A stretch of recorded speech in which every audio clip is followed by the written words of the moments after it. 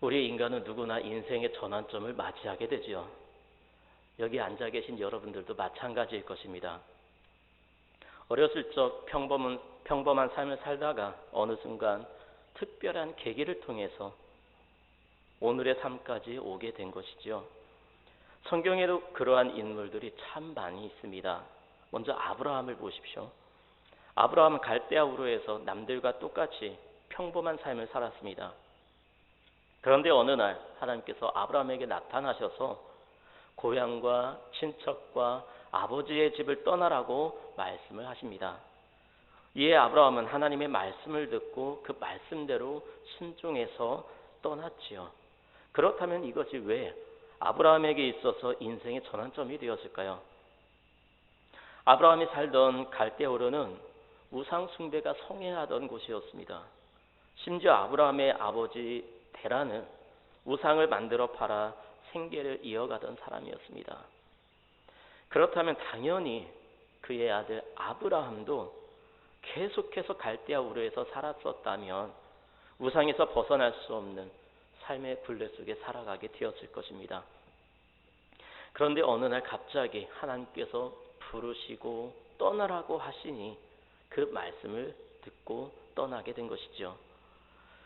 그리고 그 이후의 삶은 우리가 잘 알듯이 믿음의 조상이 되어서 오늘날까지도 많은 사람들의 입에 그의 이름이 오르내리고 있고 또 전 인류에게 영향을 끼치는 사람이 된 것입니다. 사도 바울도 마찬가지입니다. 그는 길리기아의 다소 출생 유대인으로서 그리스 문화의 교육을 받았고 로마 시민권을 가졌으며 고명한 율법학자 가말리엘의 제자가 되었습니다. 그는 처음에는 유대교에 심취한 사람으로서 그리고 열렬한 바리새파로서 그리스도인들을 잡아서 공회에 넘기는 일을 했었습니다. 그것이 하나님을 위한 일이라고 생각을 했던 것이지요. 그는 위협과 살기와 등등해서 대제사장으로부터 다메섹 여러 회당으로 가져갈 공문을 받았습니다. 그리고 그리스도인들을 잡으러 다메섹으로 가던 중 신비로운 경험을 하게 되지요. 그것은 바로 우리가 잘 아는 대로 하늘에서 광채가 비치고 음성이 들리는 것이었습니다. 사울아 사울아 내가 어찌하여 나를 박해하느냐 나는 내가 박해하는 예수라. 사울은 이 사건을 겪은 후에 며칠 동안 보지도 못하고 먹지도 못하고 마시지도 못했고 결국 아나니아라는 예수님의 제자에게 안수를 받고 앞을 보게 되죠. 이때부터 사울은 복음을 전하는 사도가 되어서 이름을 작은 자라는 뜻의 바울로 바꾸고 세 차례 전도 여행을 통해 이방인 선교에 앞장을 섰고 또 세계 곳곳에 교회를 세웠으며 신약성경의 절반을 기록하는 인물이 되었습니다. 이처럼 인생의 전환점을 맞이했을 때에 그 전환점을 통해 새롭게 거듭난 삶을 살아감으로 하나님께 귀히 쓰임받는 사람들은 참 많이 있습니다. 오늘 우리가 읽은 본문에도 인생의 전환점을 맞이하여 새로운 도약의 삶을 사는 사람이 등장합니다. 그 사람이 누구입니까? 바로 에녹입니다. 오늘 본문에는 에녹과 무드셀라가 등장하는데요. 그런데 성경 전체를 살펴봐도 에녹과 무드셀라의 이름이 등장하고 있는 것은 몇 군데 없습니다. 무드셀라는 구약과 신약을 합쳐서 총 5번에 걸쳐 언급을 하고 있는데요. 그것마저도 모두 족보를 이야기할 때 무드셀라의 이름이 언급되고 있는 것입니다. 또 에녹은 신구약을 합해서 11번 그 이름이 등장하는데요. 그나마 에녹에 대해서 조금 자세하게 설명하고 있는 구절이 오늘 우리가 읽은 본문과 히브리서 11장 5절 한 군데에 있습니다. 믿음으로 에녹은 죽음을 보지 않고 옮겨졌으니 하나님이 그를 옮기심으로 다시 보이지 아니하였느니라. 그는 옮겨지기 전에 하나님을 기쁘시게 하는 자라 하는 증거를 받았느니라. 아멘. 이렇게 간단하게 기록을 하고 있는데요. 그렇다면 오늘 우리는 우리가 읽은 본문 속에서 어떠한 하나님의 메시지를 발견할 수 있을까요? 먼저 오늘 말씀을 보니까요, 이 짧은 구절에 2번이나 등장하는 단어가 있습니다. 그것이 무엇입니까? 바로 동행이라는 단어입니다. 22절에 무드셀라를 나오는 300년을 하나님과 동행하며 자녀들을 낳았으며, 24절 에녹이 하나님과 동행하더니. 그렇습니다. 에녹은 하나님과 동행하는 삶을 살았습니다. 이것은 굉장히 중요한 주제입니다. 창세기 5장에는 아담의 계보에 대해서 아담부터 노아까지 기록을 하고 있는데요, 말씀을 자세히 살펴보면 에녹 이전의 인물들은 단순히 낳았고 죽었더라 이렇게 기록이 되어 있는 반면, 하나님과 동행했다는 기록은 에녹 한 사람밖에 없습니다. 이것은 하나님과 에녹 간의 아주 특별한 관계를 보여주는 표현이지요. 에녹과 마찬가지로 노아도 하나님과 동행하는 삶을 살았습니다. 이러한 모습은 하나님의 벗 아브라함, 하나님과 씨름했던 야곱, 하나님과 대면하여 이야기했던 모세, 욥, 그리고 예레미야와 같은 신앙의 위인들에게서도 공통적으로 나타나는 모습이죠. 하나님과 동행하는 삶은 죄에서 회복된 인간의 행복입니다. 에녹이 하나님과 동행했다는 것은 하나님과 화목된 교제가 이루어진 것을 의미합니다. 구약시대에는 인간이 하나님과 교제하기 위해서는 제사를 드렸는데요, 그것은 오늘날 예배와 같은 것이죠. 예배는 하나님과의 만남이고 진실한 교제입니다. 또한 에녹은 65세에 무드셀라를 낳은 후 300년을 하나님과 동행했습니다. 그 오랜 시간을 하나님과 동행한다면 어떤 일이 벌어질까요? 하나님의 인격을 닮아가게 됩니다. 서로 다른 인격체인 부부도 함께 살다 보면 삶의 방식도 닮아가게 되고, 심지어는 외모까지 닮아가는 모습을 보게 되죠. 그렇습니다. 하나님은 에녹처럼 주를 경외하고 그의 도를 힘써 준행하는 자와 동행하기를 원하십니다. 구약의 미가 선지자는 하나님께서 자기 백성을 향하여 원하시는 것은 수양이나 기름이 아님을 말하면서 이렇게 권면을 합니다. 여호와께서 내게 구하시는 것이 오직 겸손히 내 하나님과 함께 행하는 것이 아니냐. 이러한 미가서의 말씀처럼 에녹은 한 아들의 아버지가 된 후 하나님 백성으로의 구별된 삶을 통해 자신의 아들로 하여금 그의 삶을 본받게 하기를 원했습니다. 창세기 4장 22절에 등장하는 가인 계열의 7대 후손인 라멕이 그의 아들 두발 가인을 칼에 의지하여 사는 인물로 키운 것과는 달리, 셋의 계열의 7대 손 에녹은 자신의 경건한 삶을 통해 아들을 하나님을 의지하는 경건한 후손으로 양육하려는 거룩한 열심을 가졌습니다. 창세기 저자인 모세는 이 두 계열의 극명한 대조를 통해서 독자들로 하여금 어느 편에 설 것인가 판단하고 선택할 것을 오늘 본문을 통해 요청하고 있습니다. 그렇다면 이와 같이 에녹이 하나님과 동행하는 삶을 살게 된 그 이유는 무엇일까요? 그 정확한 이유에 대해서 성경은 기록하고 있지 않습니다. 그렇다고 우리가 실망할 필요는 없죠. 왜냐하면 하나님은 우리에게 추측해서 생각해 볼 수 있는 단서를 오늘 말씀에 넣어주셨기 때문이죠. 그것은 바로 22절입니다. 22절 같이 한번 다시 읽어볼까요? 22절을 다시 한번 읽어보겠습니다. 시작. 무드셀라를 낳은 후 300년을 하나님과 동행하며 자녀들을 낳았으며. 아멘. 여기 말씀을 잘 보시면 에녹이 무드셀라를 낳은 후에 하나님과 동행하는 삶을 살았다라고 기록하고 있습니다. 에녹은 무드셀라를 낳은 후에 하나님과 동행하는 삶을 살았는데 이것이 에녹이 하나님과 동행하는 삶을 살게 된 이유입니다. 좀 헷갈리죠?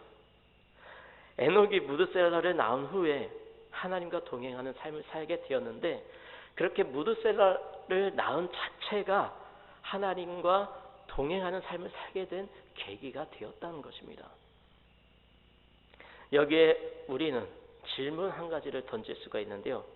그렇다면 에녹이 무드셀라를 낳은 후에 도대체 어떤 일이 있었기에 하나님과 동행하는 삶을 살게 된 것일까요? 그 정확한 이유도 우리는 알 수 없습니다.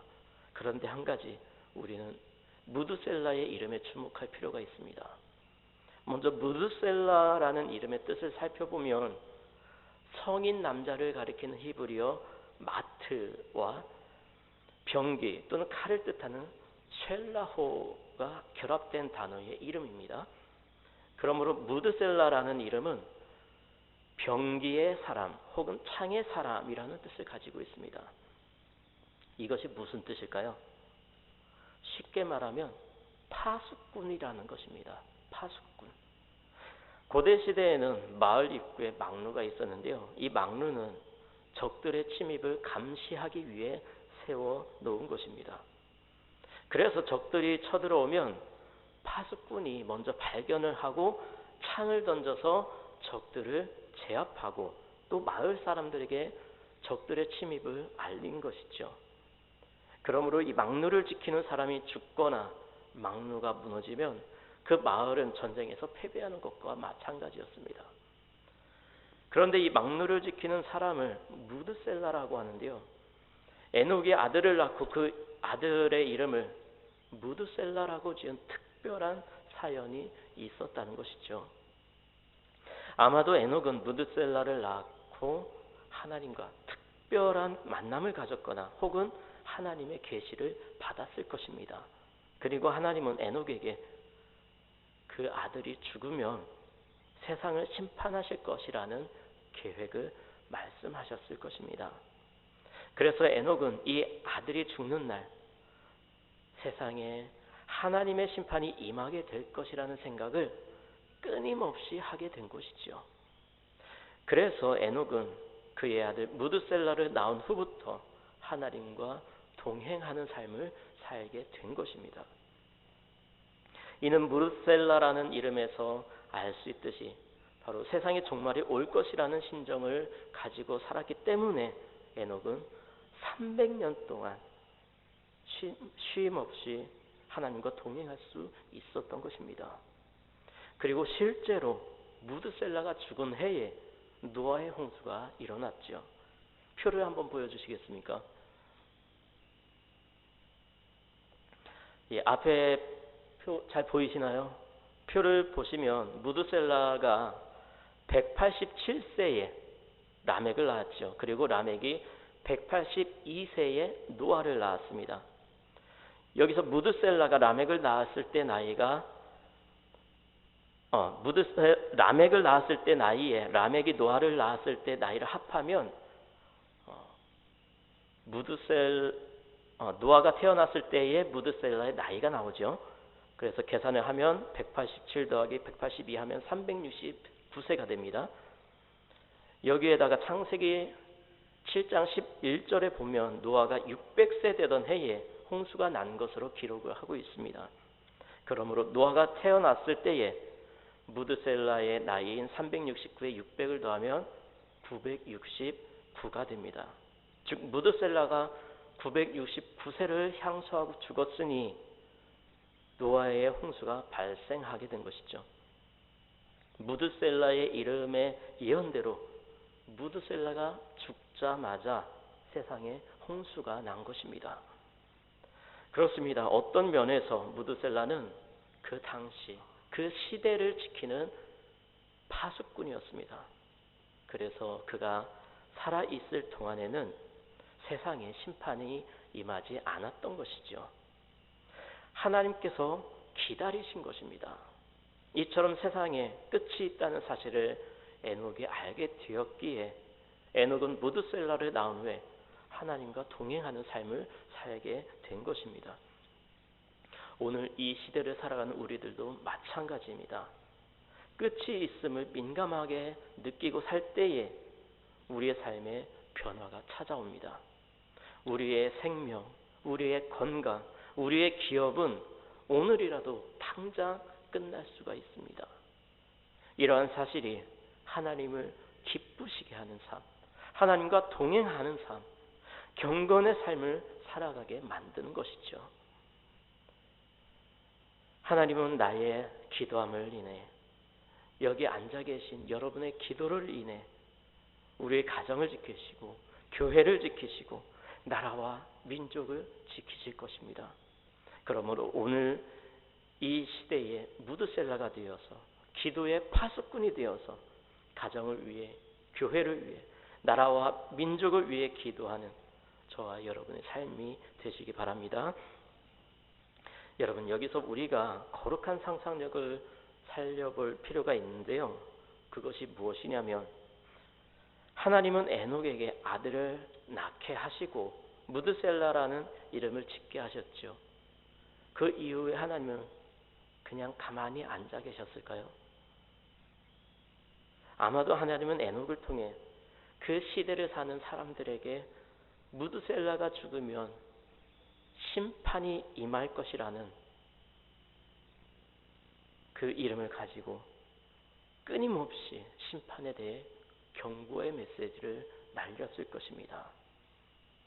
그것도 무려 969년 동안 그렇게 했을 것입니다. 이런 사실에 대해서 유다서 기자는 에녹이 사람들에게 대하여 예언했다라고 기록을 하고 있습니다. 에녹의 삶에 있어서 분명한 것은 하나님의 뜻을 알고 자기 자신의 삶에만 치우친 삶이 아니라 하나님의 거룩하신 뜻과 인간을 향하신 사랑을 전하고 예언하며 살았음을 알 수가 있습니다.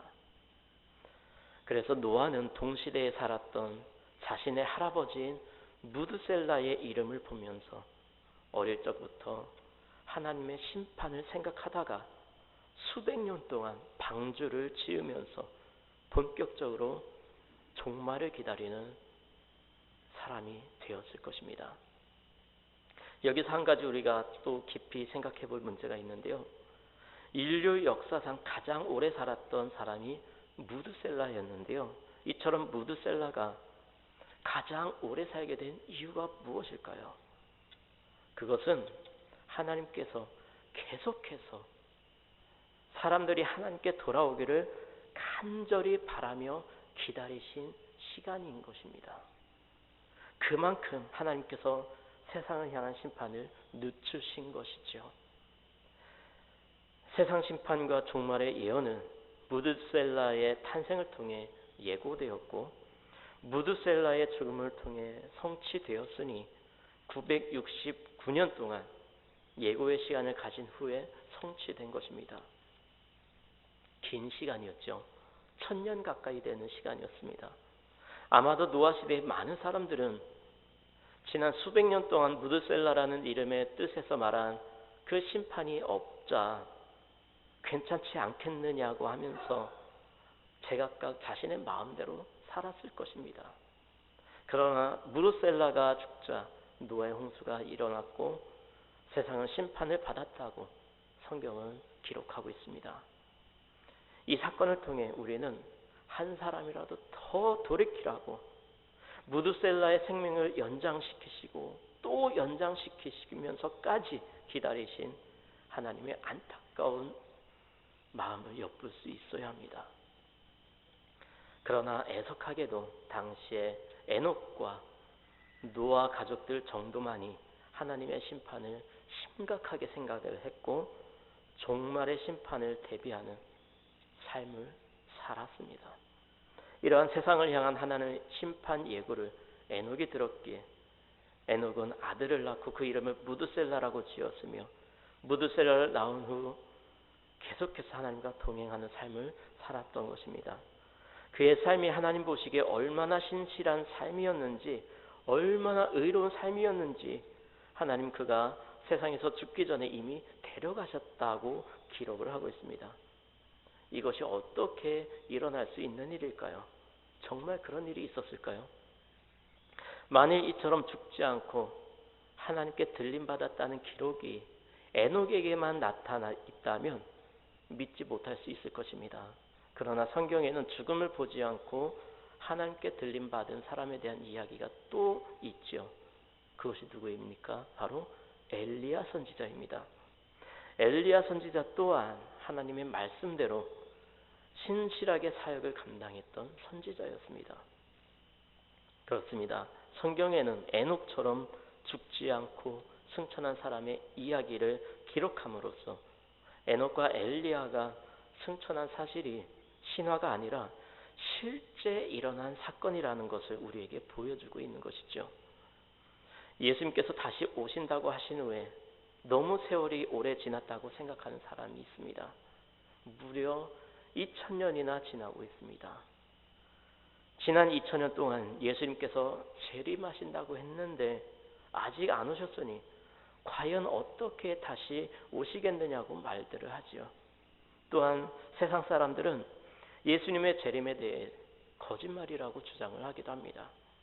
그러나 성경은 베드로후서 3장 9절에서 주의 약속은 어떤 이에 더디다고 생각하는 것 같이 더딘 것이 아니라 오직 너희를 대하여 오래 참으사 아무도 멸망치 않고 다 회개하기에 이르기를 원하시느니라고 말씀하고 있습니다.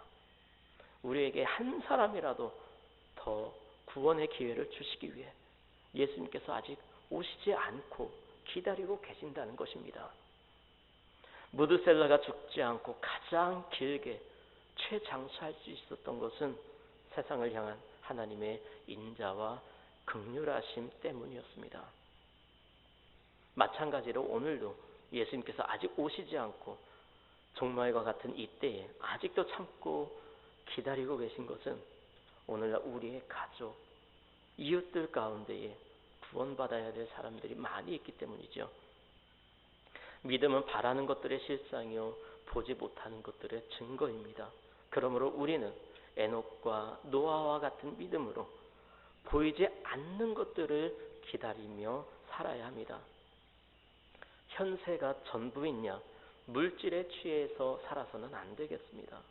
노아처럼 당시에 미친 사람이라는 소리를 듣는 한이 있더라도 심판과 영원을 항상 염두에 두고 세상에 경고하며 복음을 전하며 살아가는 삶이 되어야 합니다. 오늘 말씀을 통해 우리는 시대의 파수꾼이었던 무드셀라와 같이 가정을 위해, 교회를 위해, 나라와 민족을 위해 기도하는 기도의 파수꾼이 되어야 한다는 사실을 살펴봤습니다. 또한 이 시대의 파수꾼이 된다는 것은 죄악으로 치닫는 이 시대에 예수님께서 재림하시기 전까지 복음을 선포하는 삶을 포함한다는 것을 배웠습니다. 이러한 사실을 기억하시고 진정한 이 시대의 파수꾼이 되어 기도하며 복음 전하는 일로 하나님께 쓰임받는 저와 여러분의 삶이 되시기 바랍니다.